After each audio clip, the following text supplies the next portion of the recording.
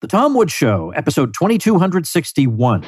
Prepare to set fire to the index card of allowable opinion. Your daily dose of liberty education starts here. The Tom Woods Show.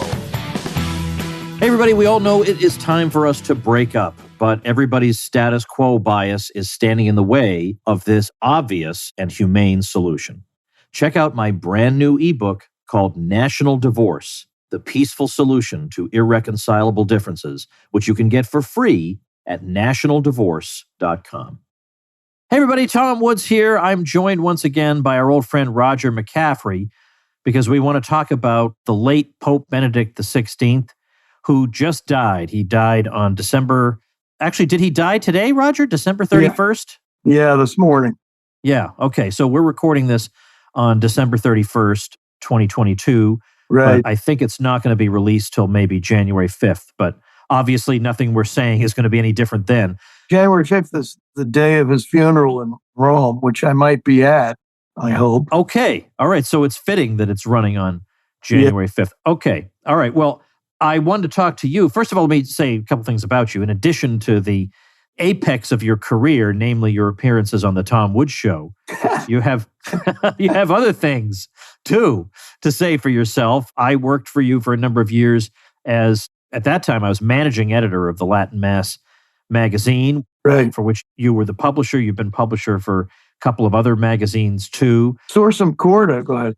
Yeah, Sursum Corda in those days.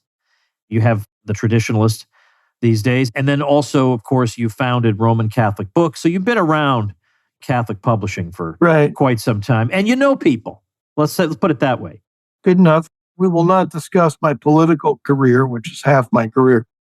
But we did, in fact, I will link, though, the show notes page, tomwoods.com/2261. You remember we did an episode on the political consultant, and that included some discussion of your work with Pat Buchanan, which was very interesting when Pat had drafted this incredible announcement letter, and all the fashionable people told him, don't send that letter. And you said, Pat, send the letter. This is a great letter.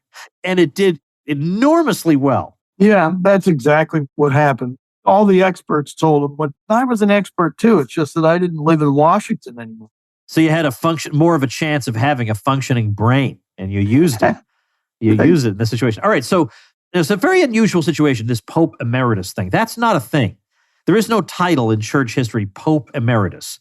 Even if you do cite the very peculiar case of Celestine V in the 1290s, he didn't walk around in white and people calling him the Pope Emeritus. There's nothing like that going on. And that was a very, very unusual situation anyway. He was pressured to resign and all kinds of intrigue going on there. Well, Ratzinger invented the Pope Emeritus. Yeah. So it's not like this has happened a lot. But that was his title. Correct. Up until his death. So he was elected in 2005 and then stepped down in 2013. So given that he just passed away at the age of 95, I thought it would be an opportune moment to just revisit his pontificate, say a little something about his significance for the church, and sort of in a way that would be of general interest. I mean, I know that obviously I have a religiously mixed, or in some cases non-religious audience, but in general, I'm actually surprised to find how many people who are non-Catholic are nevertheless interested in the occasional Catholic episode. And obviously, this is a man of great significance, not only for his papacy, but also because he was a significant theologian, for good or ill, for many decades, and was, I suppose, a significant figure at the Second Vatican Council. So I don't want to do an episode digging deep into his many books and getting into the weeds of his theology. Good. But I want to speak a bit more broadly about him. Good, because I'm not comfortable in the weeds of his theology. I did write, of course, I wrote the book Sacred Then and Sacred Now about the return of the Old Latin Mass. I guess maybe do we still have copies of that? Am I going to make false promises? Very unfortunately, the only copies left are in your vast garage or whatever. That's not a very dignified way to say my storage facility. But, but it's a fine piece of work, Tom. It's 15 years old, but it's apropos. And I'm sorry to say, I can't reprint it, but you can put the squeeze on Sophia Press. Charlie McKinney's the president of Sophia Press, and maybe that book will reemerge because it's a short book and it's a fine piece of work. And it's about Ratzinger and his thinking on the Catholic Mass. Yeah. So I did dig quite a bit for that. But okay, so I really do want to focus primarily on his pontificate. I remember when I learned that he had been elected in 2005, I was standing in a classroom teaching Western civilization at that very moment.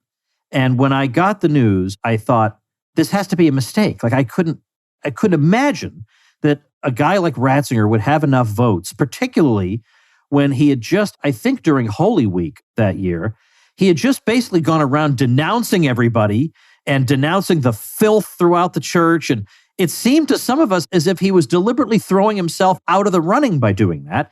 And yet, somehow, the world surprised us and we got Pope Benedict XVI. Yeah, well, I think you're exactly correct. He intended to put himself out of the running by delivering a week or two before the conclave that elected him a reactionary speech. It's important to know that he doesn't do reactionary things, Joseph Ratzinger. He never did. He was, in fact, a liberal at the Second Vatican Council and a key player while he was young. And he doesn't do reactionary. It's just not him. And suddenly he's sounding like the church equivalent of Pat Buchanan. In other words, telling the truth about the big picture. Okay. And that I am certain, seeing what happened since, meaning that he quit 8 years later, he knew that they were talking about him. He knew that he could easily be elected, and he didn't want the job. That's a fair interpretation. So he threw down the gauntlet, and reasoning that if he was going to be elected, they were going to know exactly who they were electing to the College of Cardinals. And he was elected, and he was elected in a couple of days. Didn't take that long. So immediately, of course, he was dubbed the reactionary that he never was. Never was, right. I mean, it's, if I may make an analogy that might help people who are not in the church or don't follow this stuff, it would be like calling, I mean, I don't mean to make this comparison, but it's like when MSNBC thinks Newt Gingrich is the most right-wing person they can possibly imagine. Right, and a danger. And so you kind of want to like the Newt.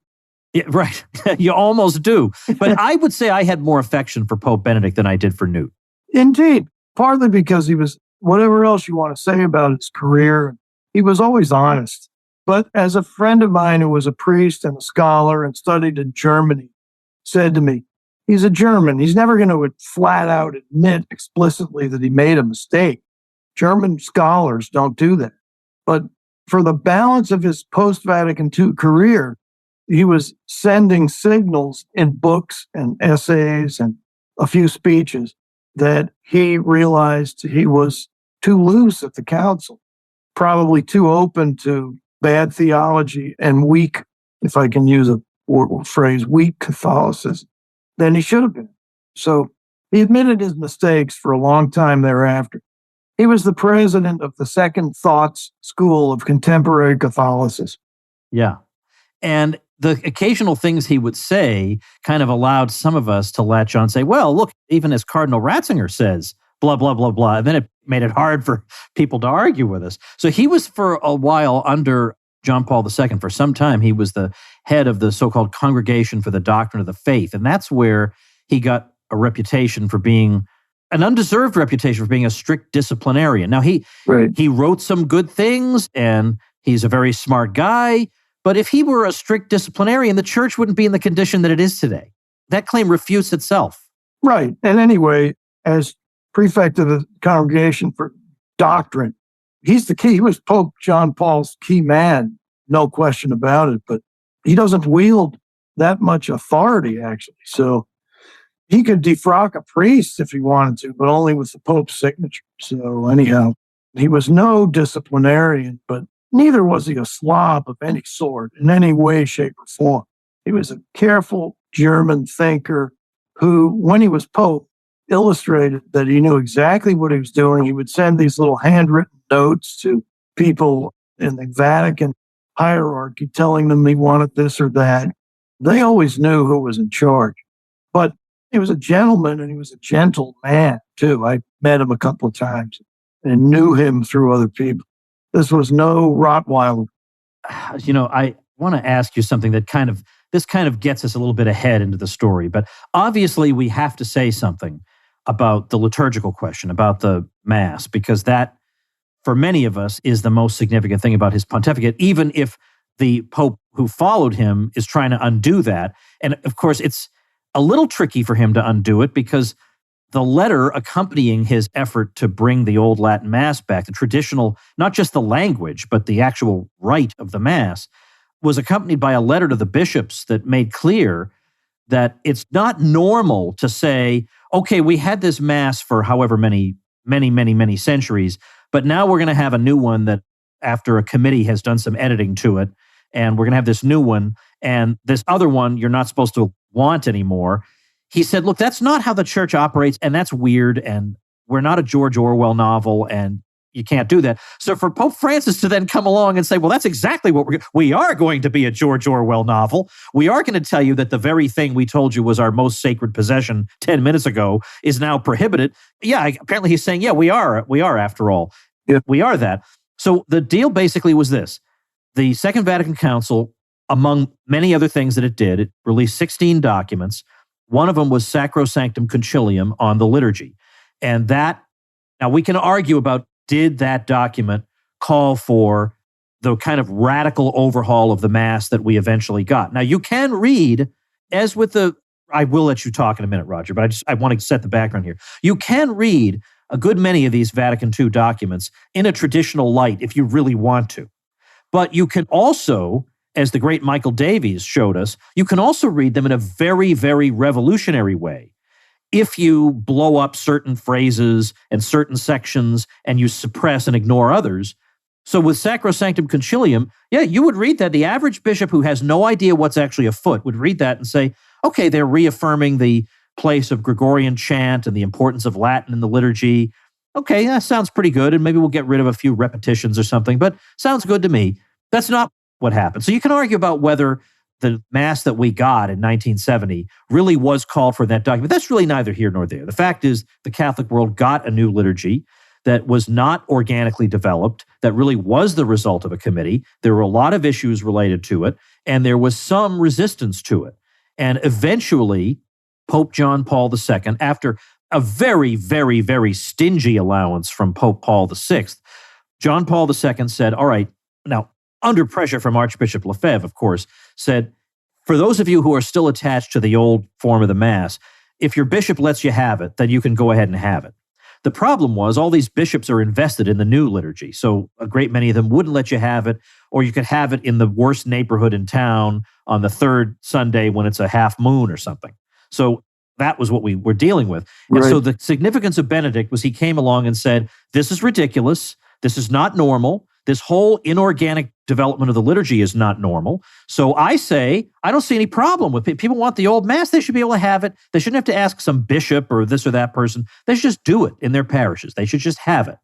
So that was what happened. Yeah, but more than that, he wasn't just shrugging, he was endorsing, and he reestablished the traditional Latin rite. Canonic, meaning using church canon law, which he has total control over. He reestablished it as an equal option for any priest and for the faith, and that was more than second thoughts. That was counter-revolutionary. He struck a counter-revolutionary blow.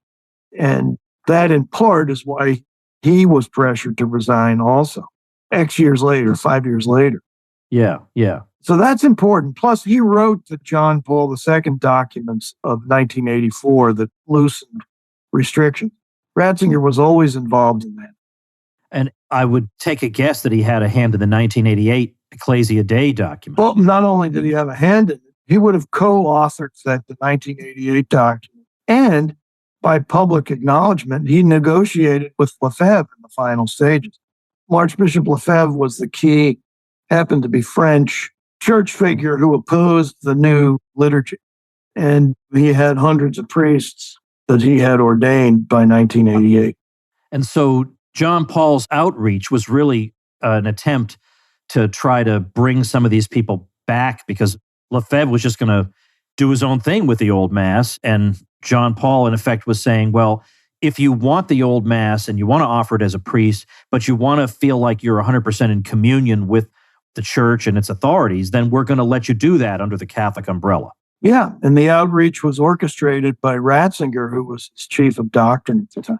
That's important. Yeah. Ratzinger, again, this is not secret information, wept when Lefebvre, Archbishop Lefebvre, renounced his own signature in 1988 and rejected the Vatican's offer of reconciliation.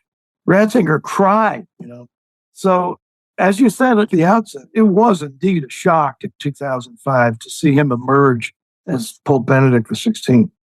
Hey, folks, quick message from our sponsor, Blinkist. What would it be like to be the most interesting person in the room? Well, making you into that person, the person you want to be in 2023, is what Blinkist is all about. Blinkist is an app that takes thousands of nonfiction titles and gives you the key takeaway points in just 15 minutes, either in audio or written form. And very conveniently, they've organized a bunch of books that are in the same kind of genre into collections or guides. And so there's one called Conservative Ideologies. Now, okay, we're defining that quite broadly because it includes books by Barry Goldwater, Russell Kirk, Friedrich Hayek, Milton Friedman, Murray Rothbard, Ayn Rand, and Andrew Breitbart, among others.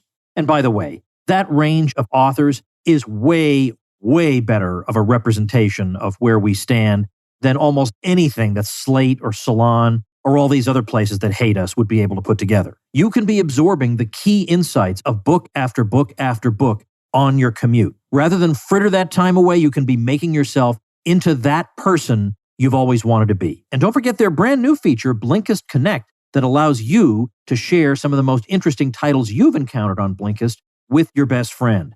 So it gives you, in effect, 2 subscriptions for the price of 1. Right now, Blinkist has a special offer just for our audience. Go to Blinkist.com/Woods to start your 7-day free trial and get 25% off a Blinkist premium membership. That's Blinkist, spelled Blinkist, Blinkist.com/Woods to get 25% off and a 7-day free trial. Blinkist.com/Woods. And now for a limited time, you can even use Blinkist Connect to share your premium account. You'll get 2 premium subscriptions for the price of 1. I want to ask you something now. So this is the thing when I said I'm getting a little bit ahead of things. I set the stage for this because I want to ask, now that he's deceased, I wonder if you would feel comfortable answering this. And if you don't, I will probably just edit this question out. But I remember you telling me and I'm comfortable. I remember you telling me that the Pope privately, for his private masses, would use the old liturgy. Yeah. And you told me that you had an impeccable source on this. Yep.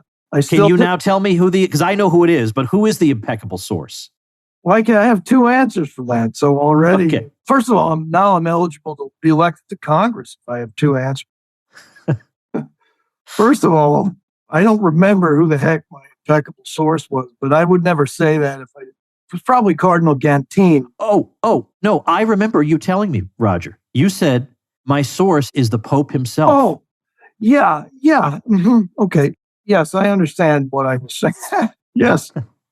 Except he didn't tell me, that's the problem. So I'm quoting someone who observed, and I don't mean to be, I'd have to go back and look at notes. It's incredible as it sounds. I'd have to go back and see who it was who acknowledged that. Okay, but I just remember that these were private masses. These are masses that nobody attended, or his secretary, Ganschwein, might have attended. Yes. Listen, my source is accurate. The only question is, did he use this old liturgy? And it would have been a low mass, not a chanted mass, which Catholics on our sort of, with our point of view, are kind of obsessed by these chanted missa cantatas and high masses, which I embrace. But no, Benedict would have been using the low mass, so he would have said the mass in 20 to 30 minutes. How often did he do it? I don't know that. But what we do know is that there was something else he could have done that would have solidified this, and that is to offer it publicly, televised throughout the world. And we kept waiting, and we kept being assured that it was going to happen, and he never did it. Yep. I mean, what else can I say? But he was a gentle, the word timid is wrong, but he was an extremely gentle soul, and he would have responded to pressure from his friends on the other side of the church spectrum, some of whom would have voted for him. and then begged him not to make any changes in the liturgy. So you see, my point is, he was just a gentle soul.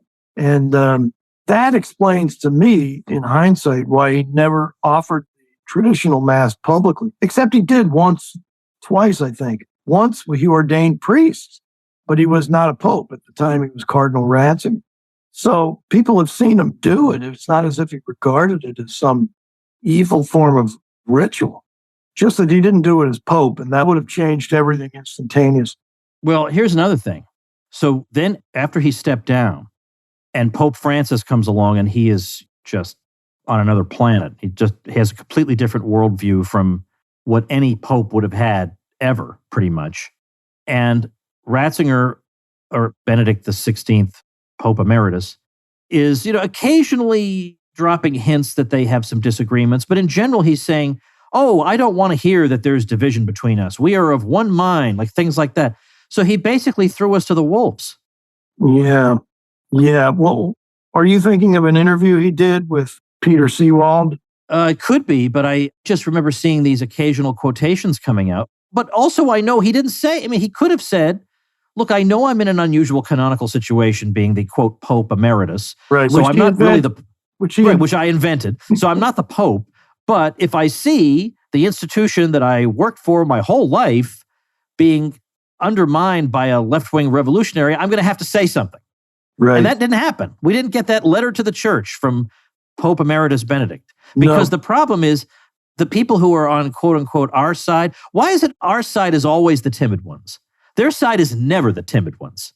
Well, Tom, we're also tied in knots. Those of us who are Catholics and we'll call ourselves generally conservative and or traditionalists have this view of papal authority, which, really prohibits public stances, especially if you're an ex-pope, against the reigning authority. So it isn't just timidity. I think it's a warped view of papal authority.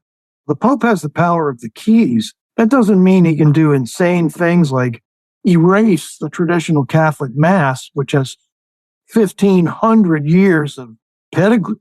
The Pope has no right to do that. But if you're Ratzinger had, I think, a distorted view. Here I'm getting into hot water. And it's a 60-minute conversation. Maybe only 30, so this could be even hotter water. Yeah, as a distorted view of what the authority of the Pope entailed. Why else would he say nothing as Francis undid the initiatives of his own pontificate, which were mild? But yet, as both Ratzinger and as Pope, he did say that there are limits to papal authority and that he was strongly suggesting that Pope Paul VI, in imposing the new Mass, had gone beyond his legitimate authority. That's a strong undercurrent. Well, not only that, Tom, I think he was more than suggesting it because he said explicitly in his only really authoritative document, quote, the priest has no need to seek permission of his bishop or of the Holy See, unquote, to use the traditional Latin missal to say Mass in the old rite. So he did more than hint at it or imply it. That's a flat out statement of fact. Yeah. And for people who would be interested in the canon law aspect of all this, of course, the defenders of Paul VI and Paul VI himself, probably, I'm not sure of this, claimed that when the new Mass was introduced, the old had been abrogated. Right.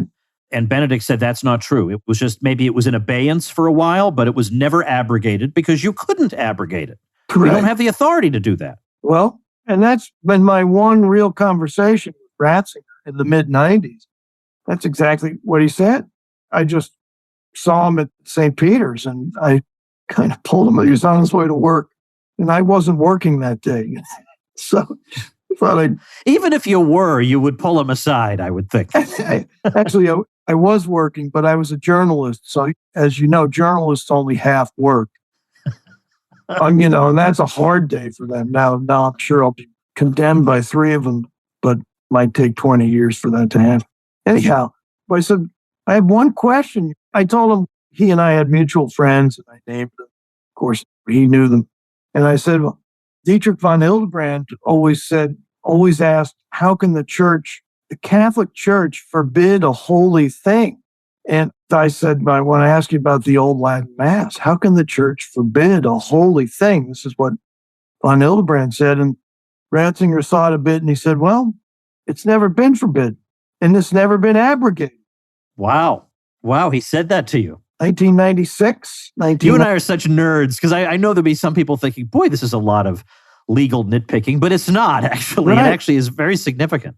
It's significant because I knew then that he would never be elected Pope. If he's talking like this over dinner with other cardinals, how can this man be elected Pope? Well, anyway, he was elected, but as one cardinal said to me afterwards, after he resigned, and I found this earth-shaking, but it was private, so I can't name the cardinal, but he said, quote, "There is no doubt in my mind that Benedict was pressured to resign." So to me, that's a huge statement because by itself, in a canon law case, if any were filed, it would be brought as evidence that the resignation was not even a valid resignation. Yeah. And I'm not into this stuff, Tom. I'm really not. But for instance, I think he validly resigned. But I think he was pressured. Yeah. Gently. That's the problem. It's not John Gotti type of pressure that induced Ratzinger to resign the papacy. It would have been much more genteel, But well, if I wanted to situate Benedict among the popes after 1965, when the Second Vatican Council closed, and by the way, for people who don't know what we're talking about, the Church has had, now I can't remember if it's 20 or 21 ecumenical councils. I should know that off the top of my head. It doesn't matter. Vatican II, or the Second Vatican Council, is the most recent of those. And what we've had since then, during and since then, are popes who sometimes cautiously, sometimes boldly, have tried to use the words of Vatican II to push forth, well, frankly, a revolution in the Church's practice and to some degree, the Church's belief even. And I would say that Ratzinger is the one who pursued this most slowly and, in fact, in some areas tried to push back against it. But if you were to compare Benedict to any pope before 1958, he would definitely be considered an outlier. He would be considered a liberal. But by comparison to John Paul II and all these others, he would be like, quote, the most conservative one of those. It'd be how I would put it. Yeah. Well, I mean, in terms of Catholic moral teaching, like John Paul II, he was totally solid. You could quarrel with him about a sentence and a document on these things, but he was solid. And that's part of Catholic life and indeed of Christianity. I mean, Christ himself is the one who laid the basis for moral teaching being central to Christian life. If you love me, keep my commandments. So, I mean, in that sense, Ratzinger was completely solid and in line with centuries of his predecessors. But in other areas, he was much more flexible and sort of a modern man. We've spent most of our time talking about the issue that is of such great interest to you and me, namely the liturgical issue.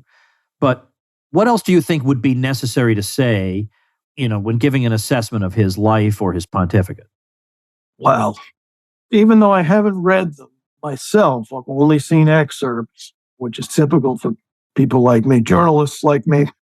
I would read his books on the life of Christ. And he spent a lot of time on those, even as Pope. I think he wrote 2 volumes, as Pope. And they represent, I venture to say, the deepest heart of Joseph Ratzinger. He was a good man. He shouldn't have quit, and he did quit. But his resume as a Pope would be one of the better ones ever. Maybe once a century do you get such a resume in a Pope.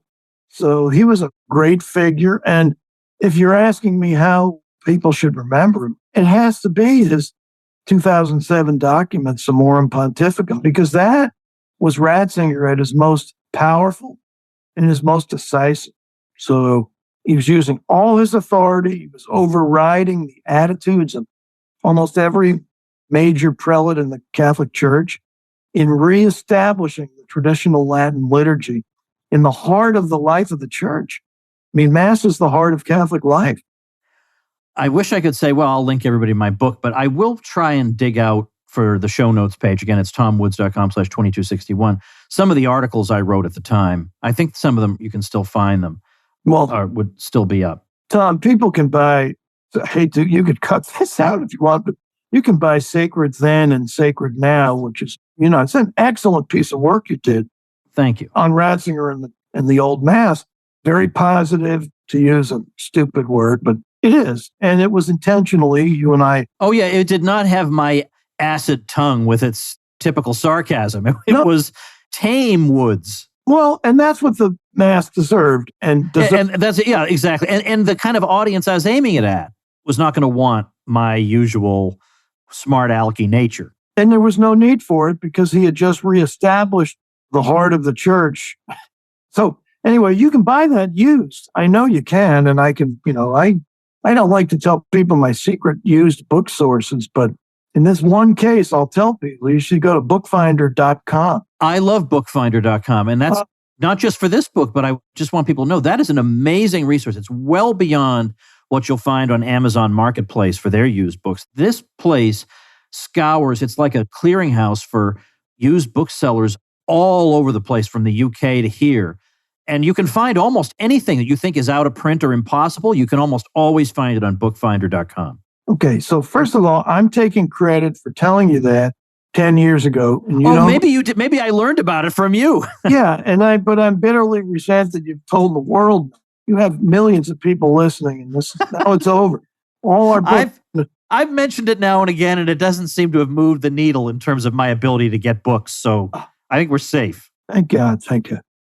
Okay. But I will, certainly the chapter 1 of Sacred Then and Sacred Now is based on an article I wrote. And I'm pretty sure I just found it online. So well, Tom, I'll link to that. Well, that book is timeless because what Pope Ratzinger did, Benedict XVI did with that document is timeless. Right. And the fact is, it's in the acta. So it's like when Ron Paul inserts something into the congressional record and you say, I can't believe this will be permanently in the congressional record. So likewise, this is permanently there to be studied and learned from. Yep. And also as a rebuke, and also as an endless, not quite proof text, but an argument that we can always use forever. Well, look, this is a legitimate pope, and he said such and such. So plus it's a pleasure to read. There's no part of it that makes you wince. And you have to be happy for small victories these days. Yeah, and he wasn't, unfortunately, Ron Paul wasn't president. He was one of 435 members of Congress. This Pope we're talking about, and this was the heart of the church we're talking about. That's his importance. But I would also advise people to read his books on, I think one of his Jesus, simply called Jesus, but there were 3 volumes.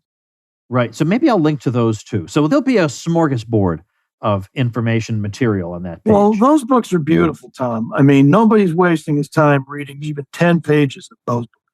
That's my last word on him. Okay. Well, that will be linked also. So check out tomwoods.com/2261. And before I let you go, Roger, because you were a real sport doing this at the last minute, because I'm going out of town, and this is the last chance I have to do an episode on this topic. And I was looking in my supporting listeners private group. I have a bunch of people saying, you have to do an episode on this. I thought, well, if the people demand it, that's what I have to do. You did this like at the last minute. I called you up, and we immediately went on and started recording. So I want to at least give you an opportunity. If there's anything you want to promote or any link you want to give out or anything like that, I want you to feel free to do that. Oh, thanks. No, just CatholicMediaApostolate.com, which contains a lot of podcasts. And probably indirectly, you can get a hold of the Traditionalist magazine, which is only print. Or you could email us at cxpeditor@gmail.com. CXP is in Paul? Yeah, editor. cxpeditor@gmail.com. And then, someone will send you a copy of the print edition, because I believe in print. McCaffrey has his own reactionary instincts, as you can see. Well, yeah, exactly. All right, Roger, I appreciate your time and your insight. Thanks so much. As always, thanks, Tom. Thank you, ladies and gentlemen. Become a smarter libertarian in just 30 minutes a day. Visit tomwoods.com to subscribe to the show for free, and we'll see you next time. Like the sound of The Tom Woods Show? My audio production is provided by Podsworth Media. Check them out at podsworth.com.